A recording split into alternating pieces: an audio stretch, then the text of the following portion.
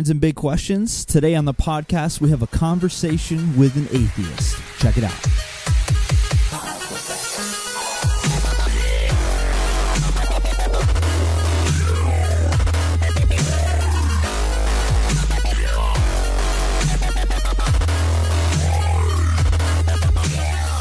All right, welcome everybody to Young Minds and Big Questions. My name is Jared. How's it going, Jared? I'm good. That weirdly voice is weirdly nice voice, I should say, is your co-host Anthony. How's it going, guys? Good. How are you, Anthony? I'm doing all right. Yeah? Yep. You don't look very good. I'm a little tired. Oh, okay. Is that what it is? I guess. All right. Well, glad to be here today. Today's a special treat. We got a guest in studio with us in our illustrious studio. It's very illustrious. Yes. Thank you. I'm looking at it right now. It's Beautiful. lovely. That wonderful voice is a new friend of ours. We met him Friday. His name is Luke. Luke came to our young adult service and got talking. We shared a little bit about the podcast with him. And Luke is an atheist and had some great conversation. So we were like, dude, you got to come on the podcast. We want to talk about your atheism, why you don't believe in God, and have some conversation about that. So he just graciously accepted the invite, and I mean, he came prepared today. He brought some books, some materials, some Hitchens, some Christopher Hitchens, George Orwell. Yeah. So Luke, welcome, man. Thanks you. Good to be here. Thanks for coming, man. We appreciate it. I'm very impressed with you guys. This is really a wonderful situation. Well, you know, not everybody. We can bridge that divide. There you go. Amen. The oldest divide in the book. Amen. Amen. That's true. Not Amen. everyone would accept an invite when Anthony, when Anthony invites you to meet him in a basement. A lot of people. Yeah, would not. that was like the only thing that was kind of. I was hoping we could do it in the church. Yeah, know? Unfortunately, our room happens to be in the basement of a house. Oh So, my goodness. but we're glad you're here, nevertheless, and excited about today. We're gonna talk a little bit about your story, why you're an atheist, and then maybe some arguments for God, how you feel about them, and so Sure. It'll be interesting. My guess is a lot of people that listen to the podcast maybe have never actually interacted with someone who's an atheist and had a good, like, healthy conversation about it. So hopefully today will be that. We'll get to kind of model what that would look like. And I know just hearing from you, like, that's part of your heart as well. So before we jump into it, tell us a little bit about kind of your story, how you came to your beliefs in faith and lack of faith in God, and kind of share with us a little bit about that journey. Well, before I do that, I just want to say that I really admire smart theologians like you guys are. I think a lot of people, if you can call atheism a movement, I think a lot of people who are part of it think that every Christian is just a anti-intellectual, unsophisticated, unthinking, unquestioning drone almost, and that could not be farther from the truth. So just wanted to get that out of the way. Thank you, man. I appreciate and thank it. you for calling us theologians. I mean, that okay, maybe theologically minded. No. Feel free to use that title. All right, no. Soften you guys Awesome. up. My original journey into atheism isn't that exciting. No, any journey into atheism is I was like a normal church-minded kid, but I never found any of the metaphysical arguments that convincing when I was a little kid. I remember Did you use the word metaphysical when you were a kid? I probably did, yeah. Wow, okay. Yeah, that gives us some insight into Luke. Meta, I didn't pronounce it right, but when I remember being like 7 and 8 years old and learning about some of the older pagan religions, and then going into some kind of Sunday school. Wow. And asking the teacher, well, why do we have any moral or intellectual standing over someone who believed in like Hinduism or something? Wow. And I was very unsatisfied with their answer. So after that, I think I was compromised and everything. I went to other ceremonies, but my heart was never really in it. And then when I learned about so that was 7 or 8 years old. 7 to 10, yeah. Wow. 7 to 10, yeah. That's amazing. So then I remember being a teenager, and I learned about the actual historical roots of Christianity. I learned very basic stuff about like its relationship to Rome, and I kind of found myself more interested in the Roman pagans Roman skeptic pagans than I was with the Christians. And after that, I spent like 4 or 5 years as kind of an unthinking agnostic almost, until when I started reading, like really seriously reading. The people I liked all happened to be atheists. Yeah. Like the more interesting writers were skeptics and atheists, and I kind of wanted to get in with that sort of person. That's how I saw myself. And then from there, I moved into like a actual intellectual understanding of atheism, which I think is a very, very interesting philosophy. Which it's like the humanist version of it, not like the atheist materialist sort. So it's probably where I am today. So you would call yourself? Would you call yourself a humanist? Or would you I would have to. Yeah. Okay. Yeah, I would have to. I think material, like there are forms of historical atheism that are definitely worse than monotheism. So explain to the listeners, in case some of them don't really understand what the term humanist means. Explain to them what that means. I can explain what I take it to mean. Sure. Yeah.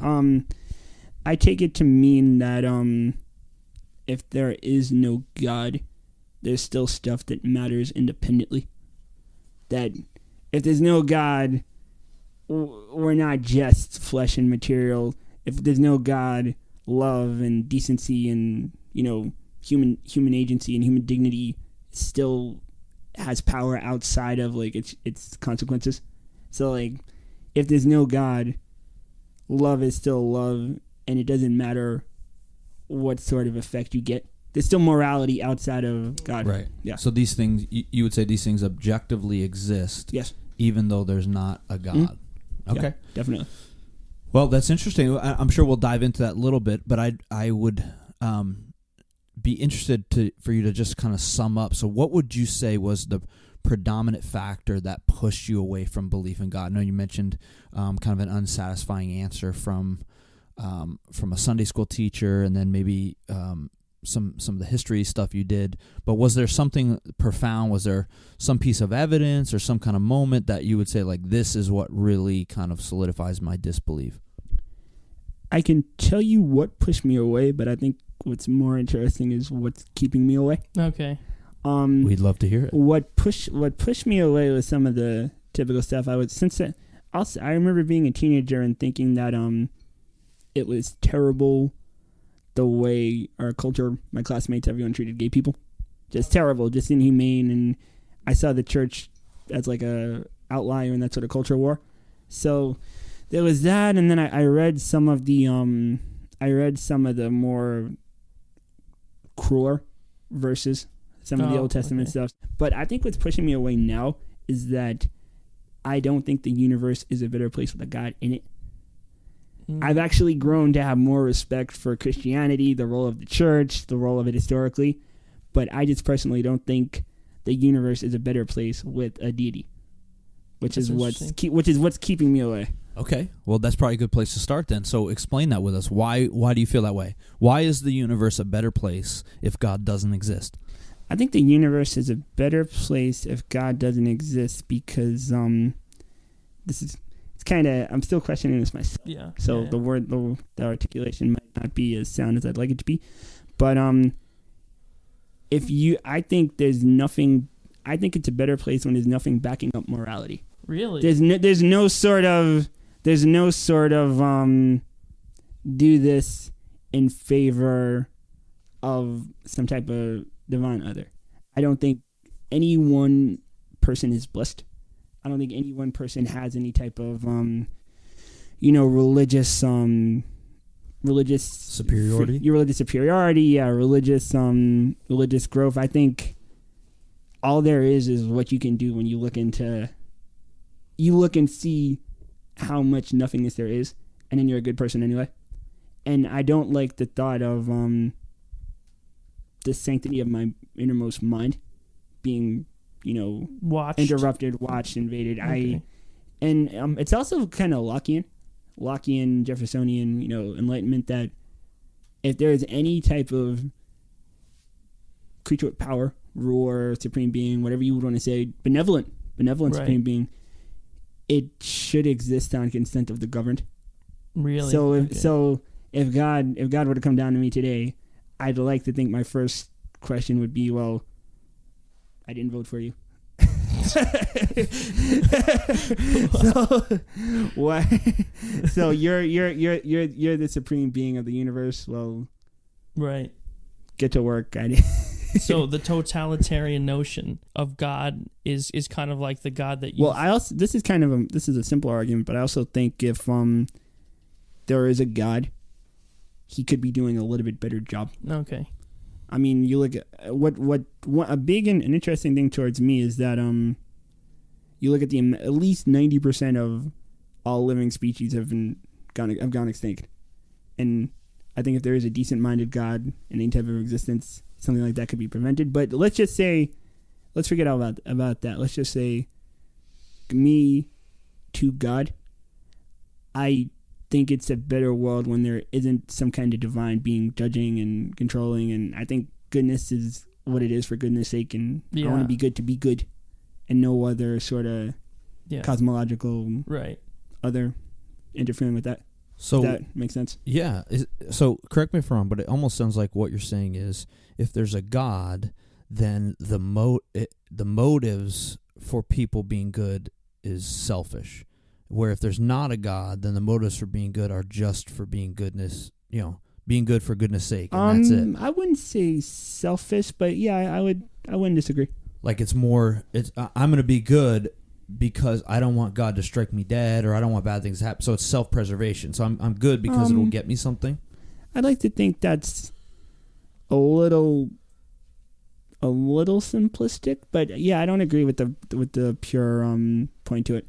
I think being good for being good is being different than being good to try to get in with a deity. Sure. Yeah. Okay. So I think I don't know the question you're thinking, but my first question would be, then how do you define good? Because you start out by saying you're a humanist, which means you believe that goodness and morality exist objectively without a God, which I would believe that. Well, not all humanists believe in objective morality. They can be that's just my but that's Luke's my perspective. View. Yeah. So how do you justify that? On what basis do you say that there is objective goodness and badness without some sort of a God? Well, before I answer your question, I would kind of turn it to say that if there was a God, I don't think doing so would be any easier. If there was some kind of divine entity, I don't think looking for objective goodness and badness would be any easier. As like a universal form of goodness, I think it's very hard to deem. I think it's a struggle every day, and you never stop struggling. You never get to the point when you know what goodness is. You have to keep looking and looking and looking and keep being willing to say, are you being decent enough? Are you being kind enough? Are you being strong enough? Are you being fair and good enough to other people? But that's why it's such a hard philosophy to project. That's why my answer to your question is that I don't know what objective goodness is, but if I don't have any creed, I have to force myself to keep looking for it. If I had some kind of belief system, I think I would find it, and I think if someone told me it was found, I don't know if I would agree. So when there's no answer, you have to keep searching for the answer, and when you search for the answer, that's how you learn. But you do think it's discoverable? I don't know if there's ever a point when you could say I'm being objectively good. I don't know what good enough is. I don't know if there's ever a point when you can find the end result to where you're going. I think you have to keep searching for it, and that's where I think that's what life is. Well, really. That's interesting. But do you think there are certain actions that you could deem to be good or bad, like in any given right? Yeah. Mm-hmm. So I think Jared's question was, okay, so how do you ground that in anything that is independent of your own opinion? Because I'm sure what the Nazis thought they were doing was beneficial to human flourishing. So how do you ground objective morality? You seem to value human life like we all do. where how do you ground the value for human life in anything outside of your own opinions? Or do you have to? I don't have anything outside of my own opinions. Right. I can't. I don't have. No one can. If someone was a dogmatic Christian, they'd still be grounding their objective opinion of life in someone else's opinions. It's a John Stuart Mill question. He said that history might prove you wrong, but you just have to take a stand at some point and be and run the risk of being proved wrong. So right. in questions of the Nazis, I personally don't think, because what the Nazis and what happened with Nazism and Stalinism is when they give up some kind of god and they become utilitarians. You know, whatever it was, we kill this many Jewish people because we're going to get something eventually. We're going to get this heaven on earth eventually. And I personally don't think that type of utilitarianism is that effect before that cause before that, result before action morality is ever benign. Right. So I don't know if I can. Can you look at Hitler and say what you're doing is wrong? Let's say you're alive at that moment. What you're doing is wrong. I can, because it comes back to the original point that love and decency and everything exists outside of relativism. Yeah, I guess I'm having a hard time seeing how it exists, because in the Christian worldview, here's what's different. We would base objective morality. We would say we believe there's a God, which means there's a lawgiver. So obviously we have the somewhat difficult task of trying to figure out what the law is. We believe that's the Bible, which we would base that belief in the historicity of the resurrection and say this is why Christianity makes the most sense. So we would say here's objective morality or objective law, right and wrong, because there's a lawgiver. I don't see how, if you don't have a lawgiver, how you can say this is right or this is wrong outside of, well, I don't like this, like I think it's right or I think it's wrong, but ultimately I can't tell Hitler what he did was wrong. It may not be my choice, but was it really wrong killing 11 million plus people? I think that my vision of certain ideas, certain beliefs are very similar, or similar in a way to your opinion of a God, because the belief that if it's you're not allowed to kill 6 million people because you think you're eventually going to get to like a whatever type of utopia it was. I believe that killing 6 million people is wrong, no matter what sort of end result you're playing you can have. So I believe that moral exists outside of me, and it's objectively true. And I think at the end, logically, I may go on faith to believe something else than you do, but we're both going on faith. But when I go on faith, I don't have to get I don't look at the consequences of what you do when you go on faith. Mm-hmm. I believe that's a moral truth. Why? Because I believe it to be so. But I think that's a similar line of reasoning that gets you to God. Why does God exist? Because I believe the universe is a better place if God does exist. So I believe the universe is a better place when moral standard exists outside of relativism. So you're saying that's an act of faith? Yeah, it's an act of faith. Okay. Yeah, but I don't know. So I don't think you can reason. I don't think you can reason your way to everything like a Kant maybe thought. But I believe in God because I think the universe is a better place with God. So I agree with you on that point. But that's not the only reason why I believe in God, because I think there's good arguments and evidence to back up that notion. But it's interesting that you use the word faith, because not many atheists will ever admit that in any way. No, that's why I think if you don't, I think a moral is always a belief that exists outside of yourself. Right. So if you're an atheist, a person with no morals, a Christian, whoever with no morals is a person with no morals.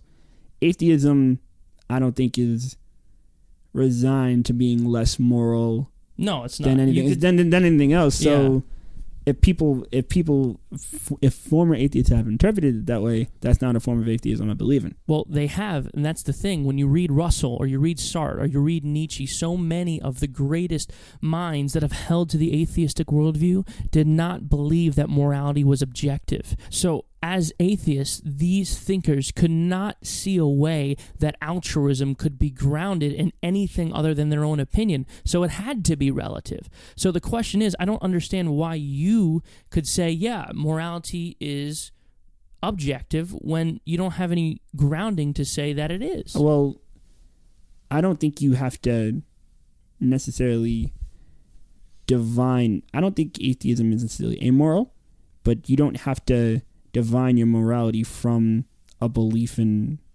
God. You don't have to, you don't have to divine your version of morality from a belief in God. So I believe these objective morals exist. Why do I believe these objective morals exist? There have been plenty of things in my life that contributed to morality. Plenty of things about love and literature and philosophy and history that have contributed to my opinion of those forms of morality. But you can still believe it exists. It doesn't prevent you from being a moral person. And no one would ever say that. Yeah, I mean, where does it come? I mean, I guess there is some truth to what you're saying, that you do ultimately have to take a leap of faith. That it is harder to find an objective standard of morality about ways of judging other people if there's no God. But I still think you can believe those things on faith in the same way a Christian would believe, the existence of God or the truth and morality of God on faith, and you come up with a more open and liberal way of thinking. Yeah. Well, I mean, I gotta say, like, I am impressed or encouraged that you're at least landing there. Like, I feel dude. I feel like that's more encouraging to me than someone who, like a Bertrand Russell, or who would just be like, well, yeah, let's just deny objective morality, because I just feel like, well, but nobody lives that way. Like, no one really feels that. So, I mean, I appreciate at least the honesty of, like, well, I believe this. I can't show you the pathway of how I get there, but I kind of just have faith that it does exist. I think that's cool. A disbelief in objective morality is very Nazi. It's a part of Nazism. Orwell talks about this, about how the Nazis didn't believe in objective truth. That's part of totalitarianism. Disbelief in objective truth. You make truth what you want it to be. Well, I'm interested. So objective morality is, for my journey, has been one of the most profound impact on me and my belief in God. And I mean, I came to believe in God earlier, but it solidified it as I kind of had questions. Jared often says that's his favorite argument for God. It is my favorite argument for God. I think it's the only good one. Really? So, but I'm also, moving into a little bit of the realm of science, I'm interested in your response to the question, which is also, I think, really profound for me. And we actually did a whole podcast about this called Are Atheists Intellectually Lazy? And the reason why we did is we posed the question, well, why is there something rather than nothing? And in that podcast, we kind of talk about how it seems like atheists refuse to answer that question. So I'm interested, I'm guessing you've thought that through, you've heard that before. So if you look at the universe, why is there something rather than nothing? And do you find that convincing at all to point towards a creator? Well, Bertrand Russell says in Why I'm Not a Christian that... Classic. Yeah, the purpose of the thought that everything must have been created by something is like a contradiction. It turns in on itself. Because if everything must be created by something, where'd the creator come from? If the argument that there has to be something rather than nothing, why is there something rather than nothing? Because there's a creator. Fine, well, who created him? And then we get caught in a chain of, Infinite regress. Yeah. Mm-hmm. Yeah. Almost paradoxical. Do a lot of people still argue that? Because philosophically, doesn't that not hold much weight? Because the idea of a God would be it necessarily exists. So it's eternal, which means you can't apply the same physical boundaries and barriers to God as you would to the universe, because that's what it means to be God. So if something created God, then that thing would be God, and what you just said was God wouldn't be God. But the argument is said to say that why does it exist? Because it must be created. Like why do you get to pick which sort of physical thing that interacts with the physical world wasn't created? Which is, I think, what many atheists believe that the universe was eternal before they understood the Big Bang Theory, right? Today, many atheists believe that the multiverse is eternal. Stephen Hawking says that gravity is eternal in his new book. So the notion of eternality, in my reading of most atheists, isn't a problem. The problem is giving eternality to some kind of personal agency. In order for you to get the chain of causation going, don't you need a starting point? So something that's necessary, something that's non-contingent. Aristotle called it the unmoved mover, right? In order for you to get a universe, a blind watchmaker. Well, so do you think like there is that first cause? Well, this is why the scientific argument doesn't mean as much to me in a metaphysical sense, because I think you can either have two readings of a God. You can have a God that interacts in human affairs, or a God that doesn't. Mm-hmm. So if you have a God that interacts with human affairs, okay, it's a different sort of being. If you have a God that doesn't interact with human affairs, what is it? if it exists, what's the meaning of it? You know, if you have a God that just existed some-odd billion years ago to act as the prime mover, and it's just laying off, just chillaxing. Yeah, well, fine. You know, so that's okay with you? I mean, I suppose it wouldn't. I don't know what the effect of it would actually be. Right. You know, so so that's why the metaphysical ramifications of a non-intervening God, I don't know what I'm supposed to think about them. Well, if there was a universe created by intelligent design, then it's almost like that's lovely. But then if that being exists, is there a heaven and a hell? So it seems like you're admitting the first part, that there might be a God, but how do you know that God would be personal? The only logical scientific argument is agnosticism. Right. So I think Huxley, Peter Hitchens said this too. Huxley created agnosticism. I think he came up with this train of thought that the only logical scientific answer is that I don't know. Lawrence Krauss says this, that you can't disprove that God didn't create us 10 seconds ago, and no, you can't. No. And put these thoughts in our head. Nope. So if you want to say that there has to be some sort of first mover, which might be true. I don't know if I necessarily agree with it, but it might be true from my understanding of astrophysics. Then, okay, fine. But if you had a first mover that created the universe and then kind of just stepped back, then I think we're still in the same boat, you know, because again, we don't know if the ramifications of that God create a Christian God. Yeah. So if that God creates the universe and steps away, what does that mean? You know, I don't know. Aren't we talking about like two separate things here, right? Or asking two separate questions?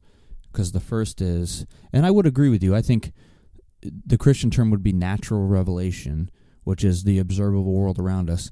I do think that most likely leads you to agnosticism. But there's a second. So the first question is there a God? If the answer is yes, the second question is, can he be known, and what do we know about him? You know what I mean? Yeah, definitely. So Yeah. I think the question I posed to you, why is there something rather than nothing, that only addresses the first question, doesn't address the second question, which is, okay, if there's a God, who is this God, and what is he like, and stuff like that. Yeah, that's my... So for the first question, though, but here's my follow-up. If you say there could be, or maybe probably is... I wouldn't say probably is. I would say could be. Could be, okay. An initial First mover. The first cause. mover, first cause, right? Okay. Doesn't that move you out of the atheist realm and into at least the agnostic realm? Or the deist realm? Well, I don't know if deist... I've never understood if deist has any more ramifications to it. I'm not sure that it has to. I don't with think this it argument. does. Okay, let's say for this argument that it does. Well, wouldn't it at least give you the moral imperative as a deist to say, I wonder what this God or deity expects of me, right? Wouldn't it at least beg that question? You may never be able to answer that. I don't know, but would you agree with that? Let's say are we acting under the hypothesis? Are we acting under the scenario, the context that this deistic God cares about the universe, or it doesn't? And what am I? We don't know yet. Don't know. So let's say we don't know. So let's say there's a deistic God that doesn't intervene in my affairs. Mm-hmm. If he doesn't intervene in my affairs, he doesn't intervene in my affairs. He's on one. You're okay with that, God? I mean, I can never disprove it. Right. I can never disprove it, and there's no moral argument against it. Okay. So if something created the universe, that's morally neutral. The existence of the universe isn't good or bad. So if something created the universe, he's morally neutral. There's no argument against it. I don't know what I would be expected to think about that sort of thing, that sort of creature. If there is a God, and that God is still around, and that God, let's say it's not the specific Christian God we're talking about. We're talking about a God that gets involved with human life. Mm-hmm. I think that God has a lot to... I don't see any reason to worship it, and I think it has a lot to answer for. Because again, it's a consent of the government thing. I don't think if it existed, I would necessarily, Okay. It sounds like you one of the main arguments you have against God is the problem of evil. I mean, against the thinking God, personal God, a personal God, yeah. So it's a good question. You're right. Yeah, I mean, I would say the problem of evil is probably the biggest motivator for non-believers, whether they would admit it or not. I mean, I think you read A Clockwork Orange. I don't think so. I've heard of it. Yeah, I know what it is. Yeah. I think I read it in high school. But I don't remember. It's a theological book because what happened? The main character is evil. They strip him. They force it out of him, and even the priest says, you state officials, you're not really doing good. You're faking good. So the question is, well, if you force the evil out of the main character, he wouldn't be good. That's why God allows evil. So if God is allowing this sort of thing, then we get back to the first sort of God I was talking about earlier, and right. I don't know what the ramifications of it for. So if God just creates free will, let's say God even creates humans and creates free will, then again none of this matters because then we're talking about a metaphysical creature that steps back. So you think, but if he created free will, that necessarily means that he's stepping back? I think so. Okay. Yeah. Well, this is a good theological point we could jump into a little bit. There seems to be as if there would be a little bit of impotency there.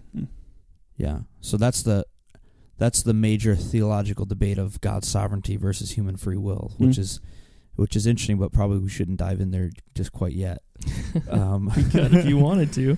I'd be interested to talk a little bit about. Let's move into the assumption of there is a deity, and then let's talk a little bit about some of the reasons to believe in a Christian God. Because I think from Anthony and our perspective, we would say it's the cumulative I'm not saying that right.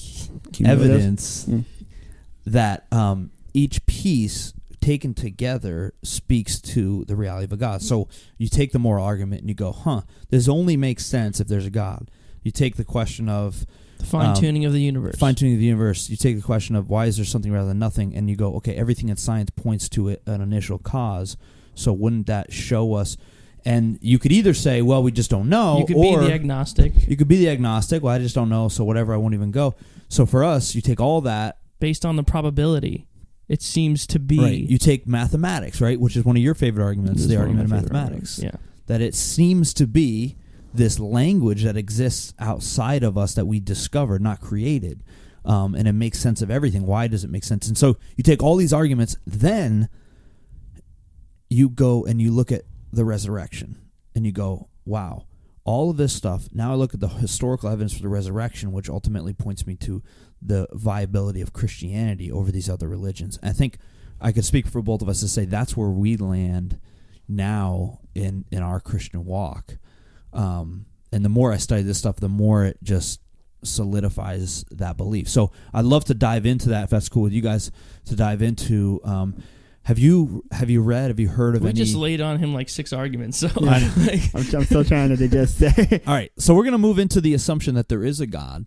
Okay. And let's say that God is Christian, the Christian understanding of God. You mentioned earlier that one of your biggest issues was, if there was a God, you would say, what are you doing? I didn't vote for you. You've blown it. You've done a bad job. What's wrong with you? Right. What's wrong with you? I think a lot of us would come to that. That's an honest conclusion to come to when you're looking at what's going on in the world. So, Bakunin said that if God did exist, it'd be necessary to abolish him. Maybe not abolish, right? To vote him out. Okay. Yes. Yeah. Impeach. Yeah. So, we've dealt with this because the problem of evil is an interesting one. Like, it's an emotional problem and an intellectual problem, and they're kind of separate. So when we go through difficult things, we think, why God? And I'm kind of in one of those phases right now in my life, which is the emotional response. But then the intellectual response is a little bit different, where you can wrestle through. And I guess what I would say, and Anthony, you could speak this too, that argument really doesn't hold much weight anymore, right, with philosophers, because they would say it presupposes that you know better, you know what the best thing would be for everybody. So you're presupposing that if I was God, I would do a better job.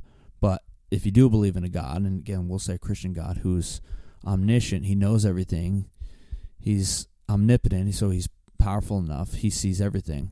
So to say that there's not a God because there's bad things is to assume that, number one, it would be possible to create a world where there wasn't any bad things, or to assume that you would do a better job, or you would choose differently if you could see everything that God could see, or know everything that God could know. Is it to assume that I would personally do a better job? I mean, well, if you're going to abolish God or fire God from his job, I can question. This is getting interesting. I can question the legitimacy of someone that allowed whatever sort of verb you want to use, instituted the Ukrainian famines, or the famines in China, or the murders in the Congo, or 500 years of slavery. I can question the efficacy of those things without saying I want to be God or create a better universe. I mean, you say, well, of course you question the efficacy. So we're saying that is the answer to why a decent God would allow 6 million Jews murdered in 4 years to be is the answer to that to just say it's above us? I really don't understand the argument that you're presenting us with is probably one of the most difficult questions that Christians have had to wrestle with for the past 2,000 years. I mean, the notion that there is a benevolent God up there, a God who is all good, how could that be squared with all of the evil and all of the suffering and all of the messed up things that we see in the world? Now, one classic defense of this is what's called the free will defense. If God is going to give me the autonomy, if God is going to give me the freedom to love Jared and to treat him with dignity and to treat him with respect, I have to have the option not to do those things. I have to have the ability to say, no, I'm not going to treat him with dignity. I'm not going to treat him with respect. I'm going to treat him horribly. So in order for me to genuinely love somebody, I have to have the freedom to despise them. Otherwise, it's not really love. And now look, you could say that God should have created the world with no evil. But at the same time you're saying that God shouldn't have created the world with no evil, you're painting a picture of the world that is devoid of humanity. You're painting a picture of the world that is devoid of what makes us human. And what makes us human is the ability to love. C.S. Lewis said, free will, though it makes evil possible, it also makes possible any love or goodness worth having. Autonomy is, I think, essentially amoral.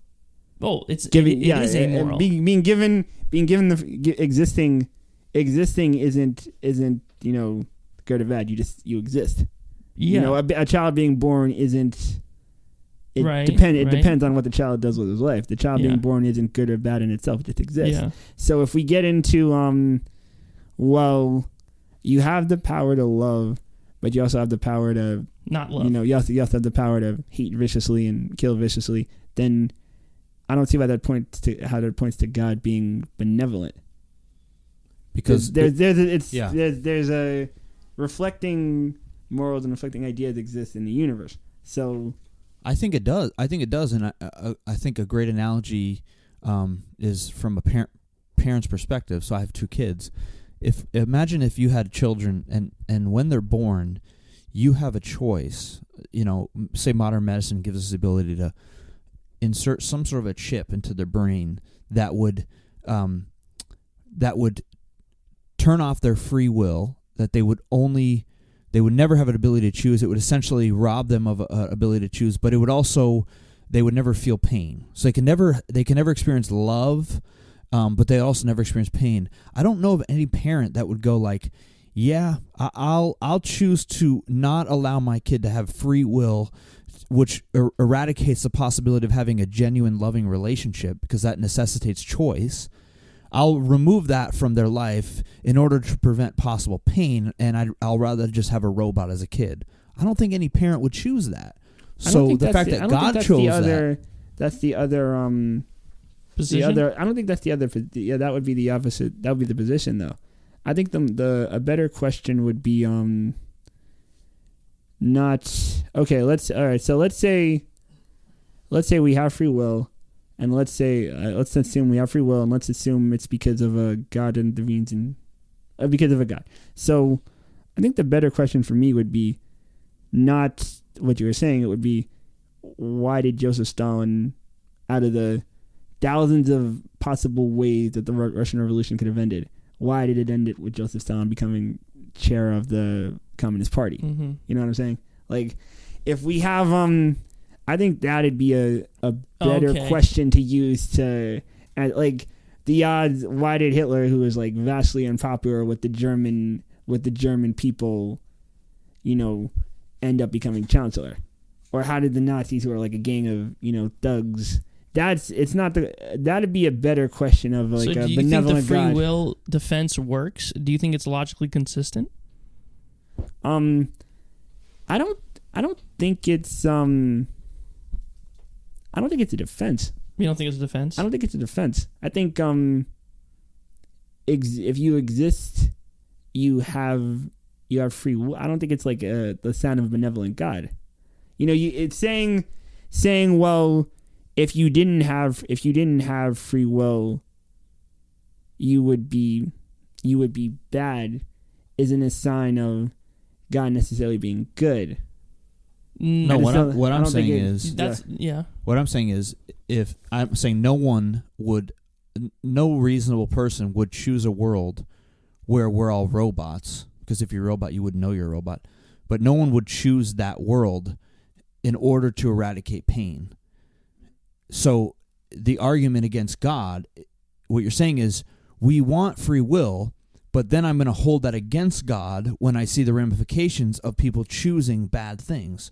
So we want free will, but then we also want God to remove free will when bad things are going to happen, which in essence means there's not free will. You know what I mean? So it kind of feels like, well, which one do you want?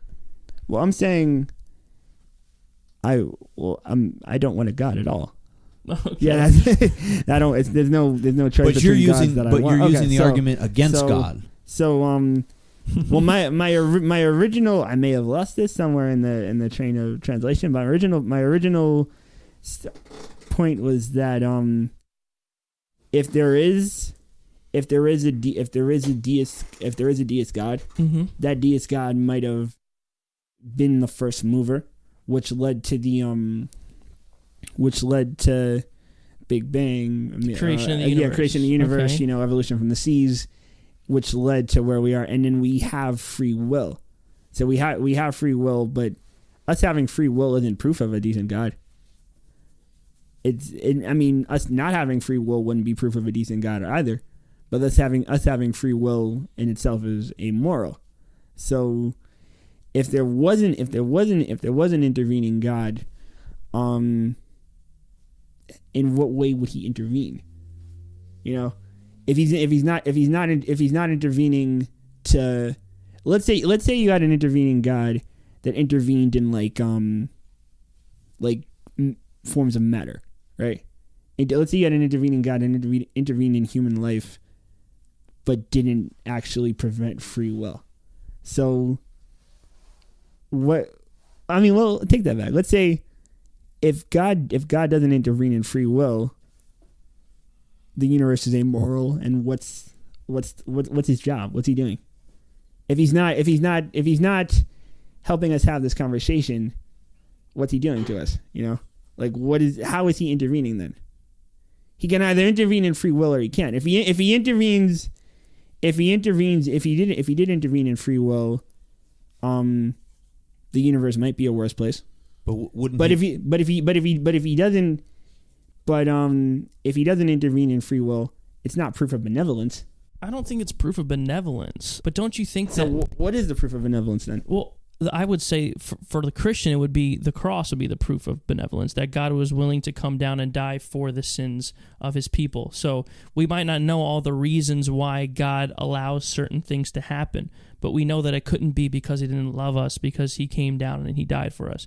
So that would be the proof for, not the proof, but the theological reasons why you would think, or a Christian would think that God is benevolent. Which is unique to Christianity. There's no other religion that has God dying for people that he loves. I understand what you're saying. It's not proof of benevolence, but it could be one reason why a benevolent God would allow evil for genuine relationship. Yeah, right. Okay, it could. Yeah, it could. So that's it doesn't have anything to do with the relationship between God being benevolent in itself. If God is benevolent, then he could allow free will and he could be completely evil.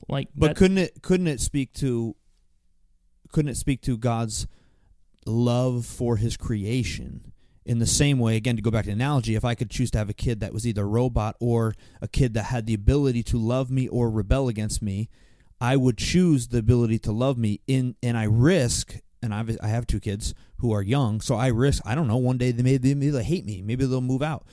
But I would rather that, right? So doesn't that point to God could have created a world of robots, but yet he created people with free will, and that speaks to his desire. And then when you couple that with the Bible, which within a Christian framework, yeah, right, you couple that with the Bible, where all throughout Scripture, God's going, I want your heart. In fact, and Christianity is unique. The gospel is unique in that it's not about what you do to earn God's love.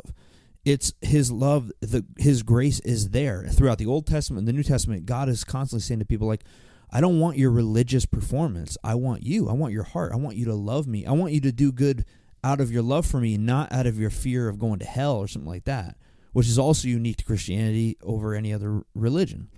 There's a pretty good Bertrand Russell line when he says that there's a chance that the devil made the world when God is back turned, which is a little more convincing to me. I thought that's a pretty funny line.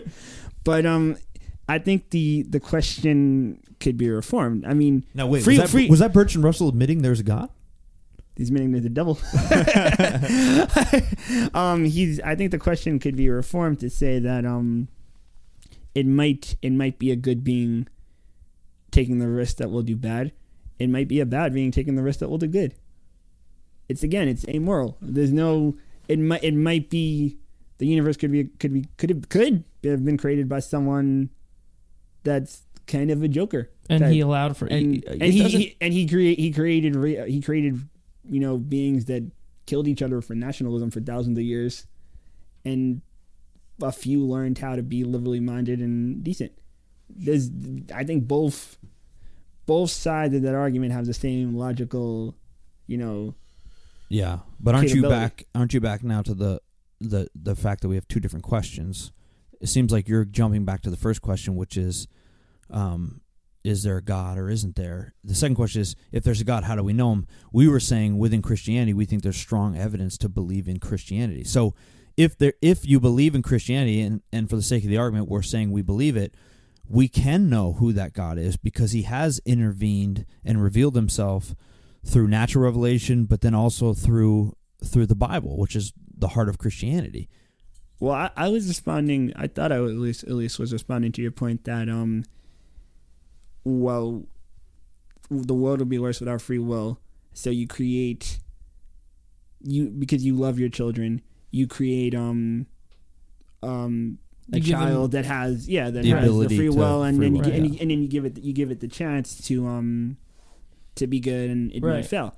But I'm saying that same logical point could be reversed to say you might have a butchering deity. Sure. That creates people who have killed each other and murdered each other over nationalism for thousands of years, and the good is like the other option. Right. Yeah, that was my okay. That was I see what you're saying. Was my point, I guess to my point I was trying to say, if you couple the free will argument with what the Bible tells us about who God is, I think it does point to his benevolence. But to your point, well taken, if you take the Bible out of it, just the free will doesn't necessarily point you to a benevolent God or not. All right. Well, those are interesting thoughts. Anthony, what do you think? I think this was a really fruitful conversation. I agree. And I think that you should come back again. I'd love to. Maybe we could do a podcast that's focused on like one specific argument and then like kind of hash it out. Yes, I would love to. Definitely. Awesome. That'd be a great idea. Well, Luke, thanks so much for being with us, man. It was a pleasure. Thanks for having me. Yeah, we look forward to having you back and doing a follow-up, and we appreciate you. Listen to Young Minds and Big Questions. We just started a Facebook page. Woohoo! That you can go and like, and we'll post all the podcasts. We're in the process of starting a Young Minds and Big Questions blog where we're going to be talking about theology, apologetics, philosophy, similar things that we do on the podcast, but we'll have different guest writers who write some blog stuff. All that will be on there, as well as we're even going to post some pictures. We're going to take a picture of this podcast. We'll throw it up there so you can see how handsome Luke and Anthony are. And so thanks for listening, guys. We'll see you next time. This is Young Minds and Big Questions.